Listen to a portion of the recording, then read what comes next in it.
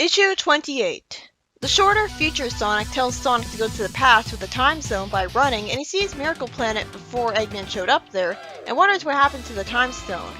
Then he sees some machinery that looks like mechanical lines, and Sonic says in the future it must have grown to cover the entire planet. Whoa, so this is a much better explanation for how Little Planet got mechanized so fast. The Krudzu plant robot took it over. Sonic gets shrunk by a laser so that he can go inside the place, and realizes that this is why future Sonic looks so short. He sees a light, takes the time stone, and leaves with the machinery exploding without its power source. Then goes to fulfill the role of future Sonic by interacting with his past self. Rather than just cutting past the repetition, the comic takes this as an excuse to pad out and waste comic space by repeating the same panels it had done before, until past Sonic is told to run with the time stone. He says that he did everything right, but nothing's changed, but then he realizes that time is reorganizing itself, and he grows back to normal size since due to time travel the shrinking ray never existed. But it existed in the past, not the future. Anyways, Metal Sonic then disappears because he was never built. Right away I have to ask why this all didn't happen to begin with, since it was always predestined to happen from a stable time loop. And that's time travel for you.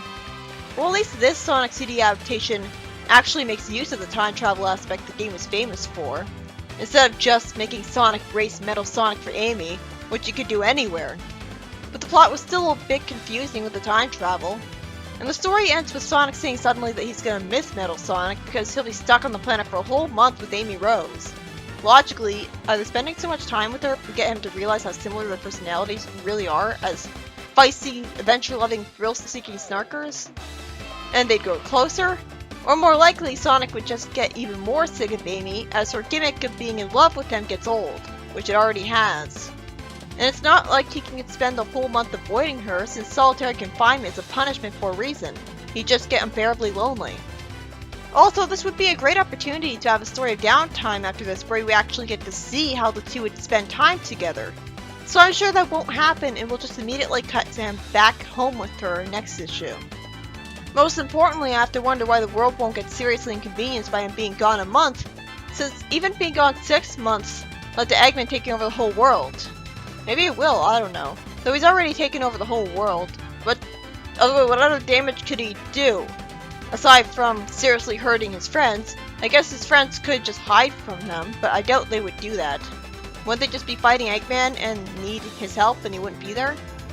In the next story, someone gets kidnapped off screen and Sonic ditches Tails to go save him. And predictably, since this is a Tails story, the portal from the Nameless Zone opens up. And Tails complains about it even though, again, he was just saying that he wished he'd get to be on an adventure. He sees the village elders and a shaman who is told how to open the portal to Mobius by the Enchanter Kings who finally decided to teach him that just now. I'm really starting to get annoyed by the foxes constantly ignoring and not hearing Tails when he keeps trying to tell them the truth. As here, he blatantly tells them Sonic's the brave one and it's just dismissed as modesty again. These guys look like such idiots, delusionally so at that.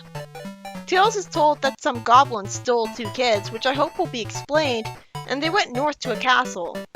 And again, if everyone respects Tails so much, why the fuck aren't they just listening to him and honoring his wish to be called Tails at the very least? And he said that everybody calls him Tails when he met Sonic. So is there a special reason that the people in the Nameless Zone were always the exception? Or became the exception? Meanwhile, some villains talk about fox people, and the masculine-looking queen stupidly attacks her minion, saying that the foxes can come to her, even though she has Hunter in her name. I don't care about these guys' interactions, they have no appeal whatsoever to me. And the story ends with Tails being threatened by a hungry bird monster. The first story was by Nigel Kitching. It had Sonic save the day from Metal Sonic with time travel by getting rid of the time stone and the Krudzu plant machine mechanizing the planet, making it so that Metal Sonic was never born. But since this is a stable time loop situation, since Sonic meets his future self telling him to go become his future self, we have a confusing time paradox problem. But whatever, at least it made use of Sonic CD's time travel. The problem is, it ends with Sonic and Amy being trapped on Miracle Planet for a month together. I'm sure this significant event won't lead to anything important or interesting, even though it should. It should be the catalyst to them being better friends. We getting to see what they would do together. when they're not fighting robots, but no. Archie Sonic even had an unused concept where Amy and Sonic were trapped on an island together for a while, and you know what happened? They started dating! But Fleetway Sonic too immature to date anyone. The second story, by Mark Ailes, or Ailes, or however you pronounce it, is about Tails going to the Nameless Zone, once again being totally ignored by delusional idiots when he tries to tell them the truth, and they won't even honor his wish to be called Tails when they're supposed to respect him. And his mission this time is to save some kids who were arbitrarily kidnapped by goblins. It's just the beginning of an arc, so I just ended it frustrated at the townspeople and aggressively apathetic and bored of the goblin villains because of their unappealing, unsonic-like designs. Though at least it's a wacky new zone, so it makes sense.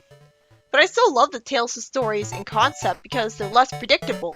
As with Sonic, you expect him to just fight badniks and just win with his spin dash and stuff.